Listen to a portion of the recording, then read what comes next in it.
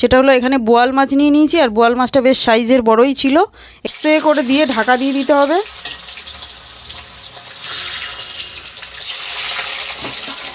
মাছ ভাজা দেখতেই পাচ্ছেন হয়ে গেছে।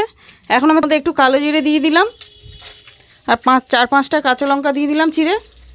টমেটো ছোটো ছোটো করে কেটে রেখেছিলাম দিয়ে দিলাম, দিয়ে ভালো করে কষিয়ে নেব। এখন পরিমাণ মতো হলুদ আর নুন দিয়ে দিলাম।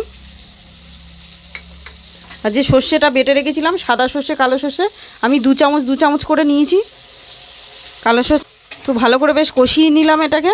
মাছগুলো সিদ্ধ হতে যেটুকুনি জল লাগবে আমি পরিমাণ মতো ওইটুকুনি জল দিলাম। ঝোল ফুটে উঠেছে, আর মাছগুলো আমি আস্তে আস্তে করে দিয়ে দিলাম সবকটা।